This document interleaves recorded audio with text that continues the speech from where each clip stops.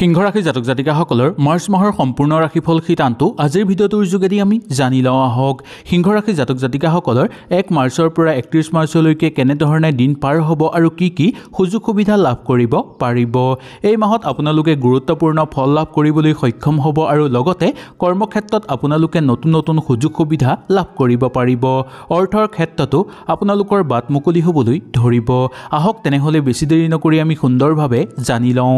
যদি ভিডিঅ'টো ভাল লাগে লাইক এটা কৰি আমাৰ মনোবল বঢ়াব আৰু আপোনালোকৰ বন্ধুবৰ্গৰ লগত শ্বেয়াৰ কৰি তেওঁলোককো উপকৃত কৰিব। সিংহ ৰাশি জাতক জাতিকাসকলৰ সৰু সুৰা ব্যৱসায়ীসকলৰ কাৰণে এই মাৰ্চ মাহটো অত্যন্ত শুভ দেখিবলৈ পোৱা যায়। সৰু ব্যৱসায় কৰা লোকসকলৰ কাৰণে বহু শুভ হ'ব আৰু বহু প্ৰচুৰ পৰিমাণে অৰ্থ উপাৰ্জন কৰিব পাৰিব। জীৱনত চলি থকা সমস্যা সেই সমস্যাবোৰ দূৰ কৰিবৰ কাৰণে আপোনালোকে ঘৰৰ মানুহৰ লগত ভালদৰে এই মাহত আলোচনা কৰি চাব পাৰে। আত্মীয়ৰ ঘৰত যদি আপোনালোকে ফুৰিবলৈ যাব বিচাৰে তেনেহ'লে এই মাহত সুন্দৰভাৱে আপোনালোকে যাব পাৰিব। ঘৰৰ কিছুমান বিশেষ কামত আপোনালোকে গুৰুত্ব হৈ পৰিবলগীয়া বা ব্যস্ত হৈ পৰিবলগীয়াও হ'ব পাৰে। সামাজিক ক্ষেত্ৰত আপোনালোকে কাম কৰি আনন্দিত অনুভৱ কৰিব বা ভাল পাব। যিকোনো ক্ষেত্ৰত আগভাগ ল'ব বিচাৰিলে সুন্দৰভাৱে ল'ব পাৰিব আৰু সঁচাকৈ আপোনালোকে আগুৱাই যাব পাৰিব। আপোনালোকৰ প্ৰিয়জনৰ পৰা আপোনালোকে মনে বিচৰাৰ ধৰণে আশীষ লাভ কৰিবলৈ সক্ষম হোৱাও দেখিবলৈ পোৱা যায়। যদি কিবা এটা কাম কৰিবৰ কাৰণে আপোনালোক আগ্ৰহী হৈ আছে তেনেহ'লে সেই কাম আপোনালোকে সুচাৰুভাৱে বিচাৰি পোৱাৰ সম্ভাৱনা দেখিবলৈ পোৱা যাব। নতুন পদক্ষেপ আপোনালোকে হাতত ল'ব পাৰিব বা নতুন পদক্ষেপ আপোনালোকে হাতত ল'ব পাৰিব। নতুন কাম হাতত লোৱাৰ ফলত আপোনালোকৰ মান সন্মান বৃদ্ধি পোৱাৰ উপৰিও কৰ্মক্ষেত্ৰত উন্নতি বৃদ্ধি পোৱাৰ প্ৰবল যোগ দেখিবলৈ পোৱা যায়। আপোনালোকৰ যদি সমস্যা অহা দেখা পায় তেনেহ'লে সেই সমস্যাবোৰৰ পৰা কেতিয়াও দূৰ হৈ যোৱাটো উচিত নহয়, বৰঞ্চ সেই সমস্যাবোৰ মোকাবিলা কৰিবলৈহে আপোনালোকে চেষ্টা কৰিব। বন্ধুবৰ্গৰ লগত ইমান ঘনিষ্ঠতা অৱলম্বন নকৰাটোৱেই আপোনালোকৰ কাৰণে মংগলময়। বেছি ঘনিষ্ঠতা অৱলম্বন কৰিলে আপোনালোকৰ অৰ্থ ক্ষতি হোৱাৰ উপৰিও সময় অপব্যয় হোৱাৰ সম্ভাৱনা দেখিবলৈ পোৱা যায়। নিজৰ কথাৰ মতে বা নিজৰ মনৰ মতে আপোনালোকে এই মাহত চলিবলৈ চেষ্টা কৰক, তেতিয়া আপোনালোকৰ একো অসুবিধা নহ'ব। খেল ধেমালি কৰা লোকসকলৰ কাৰণে অকণমান সাৱধানতা অৱলম্বন কৰিব লাগিব। তেওঁলোকে ভৰিত বা মূৰত আঘাতপ্ৰাপ্ত হোৱাৰ সম্ভাৱনা দেখিবলৈ পোৱা যাব পাৰে, সেইকাৰণে অকণমান সাৱধানতা অৱলম্বন কৰি আপোনালোকে চলিবলৈ চেষ্টা কৰিব। স্বাস্থ্যৰ ক্ষেত্ৰত আপোনালোকৰ মধ্যম হিচাপে পাৰ হ'ব যদিও একেবাৰে নিশ্চিত নহ'ব। সেইকাৰণে স্বাস্থ্যৰ প্ৰতি কিছু ক্ষেত্ৰত আপোনালোকে অকণমান লক্ষ্য ৰাখিবলৈ চেষ্টা কৰিব। দূৰণিবতীয়া যাত্ৰা কৰিব বিচাৰিলে আপোনালোকে কৰিব পাৰিব, মাথো আপোনালোকে অলপ চাই বুজি যাত্ৰা কৰিব। আৰু আপোনালোকে যাত্ৰা যে কৰিব ঘৰৰ মানুহৰ লগত তৎপৰ হৈ থাকিবলৈ আপোনালোকে একেবাৰে নাপাহৰিব। যাত্ৰাৰ বাবে আপোনালোকে অৰ্থ আগৰ পৰাই যুগুত কৰি লোৱাটো মংগলময়। সময় মূৰত অৰ্থ আপোনালোকৰ যোগান নোহোৱাৰ সম্ভাৱনা দেখিবলৈ পোৱা যাব পাৰে। আপোনালোকৰ ঘৰৰ উত্তৰাধিকাৰী হঠাৎ আপোনালোকৰ ঘৰলৈ ভাল খবৰ অহাৰ সম্ভৱ দেখিবলৈ পোৱা যাব পাৰে বা গোটেই পৰিয়ালৰ মাজত সুখৰ সম্ভেদ আহি পৰিব। আপোনালোকৰ প্ৰিয়জনৰ ক্ষেত্ৰত ইমান বিশ্বাস বৃদ্ধি পাবলৈ ধৰিব যে আগতে বৃদ্ধি নোপোৱা বিশ্বাস এই মাহত আপোনালোকৰ বৃদ্ধি পোৱা যোগ দেখিবলৈ পোৱা যায়। ঘৰত যদি কিবা মাংগলিক অনুষ্ঠান অনুষ্ঠিত আপোনালোকে কৰিব বিচাৰে তেনেহ'লেও সুন্দৰভাৱে অনুষ্ঠিত কৰিব পাৰিব। টিভি বা মোবাইল যদি আপোনালোকে এই মাহত কিনিব বিচাৰে তেনেহ'লে পাৰিব, বা ইয়াৰ বাহিৰেও যদি গাড়ী মটৰ এই মাহত আপোনালোকে কিনিব বিচাৰে কিনিব পাৰিব। কিন্তু গাড়ী মটৰ বিক্ৰী কৰাৰ ক্ষেত্ৰত খুব সাৱধানতা অৱলম্বন কৰিব লাগিব। ইয়াৰ লগতে ক'ব লাগিব যে ঘৰত মাটি সম্পত্তি কিনাৰ ক্ষেত্ৰতো এই মাহটো শুভ হ'ব, বা মাটি সম্পত্তি যদি আপোনালোকে কাৰোবাৰ পৰা বন্ধক ল'ব বিচাৰেও তেনেহ'লেও আপোনালোকৰ শুভ হ'ব। কিন্তু মাটি সম্পত্তি বেচাৰ ক্ষেত্ৰত খুব সাৱধানতা অৱলম্বন কৰি চলিব লাগিব আপোনালোকে, নহ'বা কোনো লোকে ঠগ প্ৰবঞ্চনাৰ বলি কৰি তোলাৰ সম্ভাৱনা দেখিবলৈ পোৱা যাব পাৰে।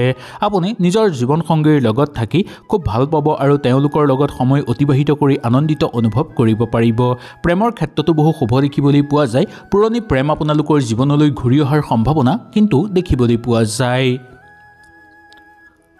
ওচৰ চুবুৰীয়াৰ লগত আপোনালোকৰ সৰু সুৰা খুটখাট থাকিব পাৰে, কিন্তু ইমান চিন্তাৰ কাৰণ নাই বুলি ক'ব পৰা যায়। নতুনকৈ কাম বিচাৰি থকা বা নিবনুৱাসকলৰ কাৰণে কৰ্মপ্ৰাপ্তিৰ যুগ নামি আহিব বা সৰু সুৰা কৰ্মৰ ইংগিত আপোনালোকে লাভ কৰিবলৈ সক্ষম হোৱা দেখিবলৈ পোৱা যাব।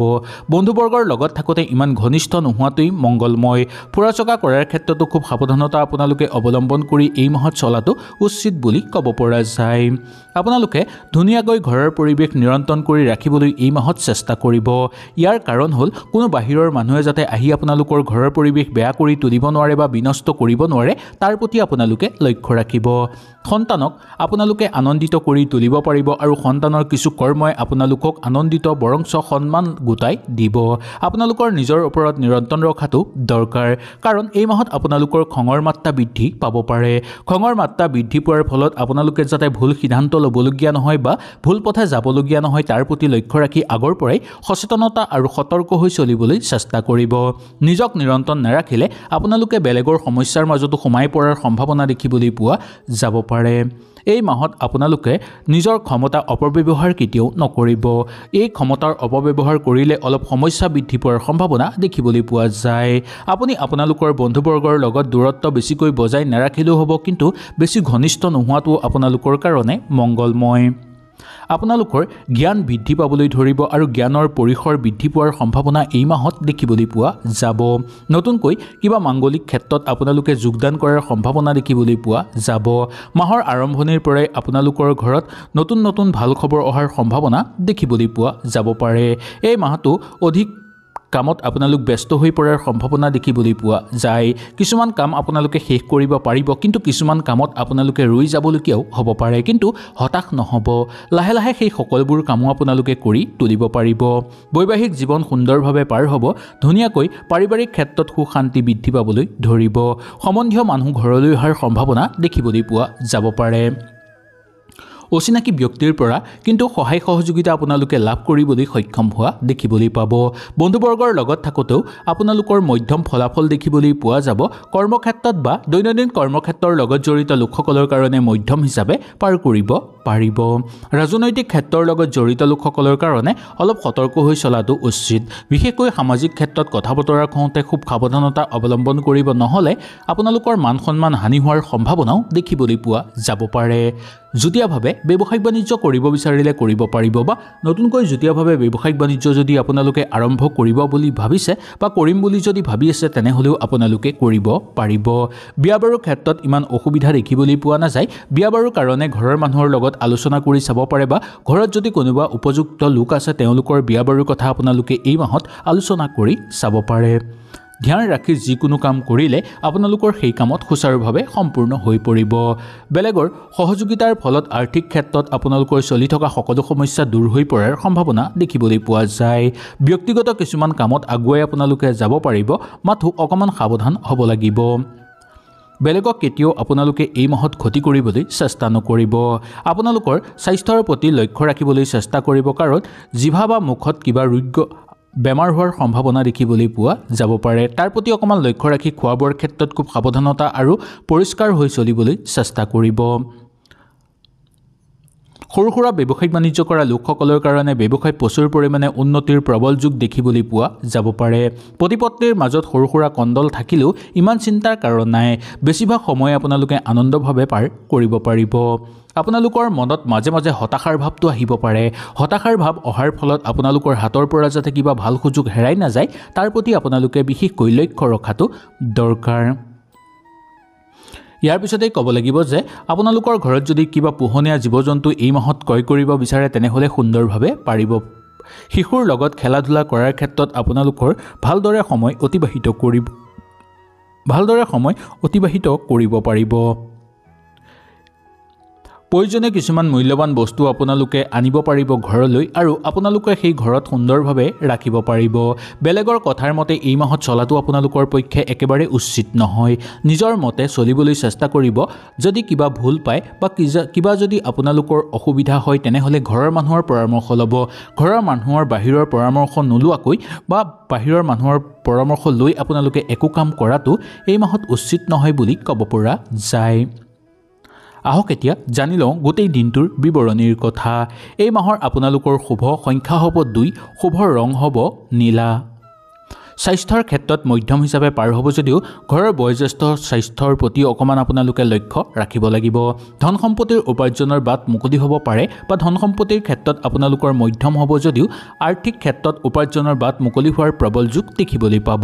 পৰিয়ালবৰ্গৰ মাজত সুন্দৰভাৱে অতিবাহিত কৰিব পাৰিব, কিন্তু ঘৰৰ বাহিৰৰ মানুহে আহি যাতে আপোনালোকৰ ঘৰৰ পৰিৱেশ বিনষ্ট কৰিব নোৱাৰে তাৰ প্ৰতিহে অকণমান আপোনালোকে লক্ষ্য ৰাখিব লাগিব।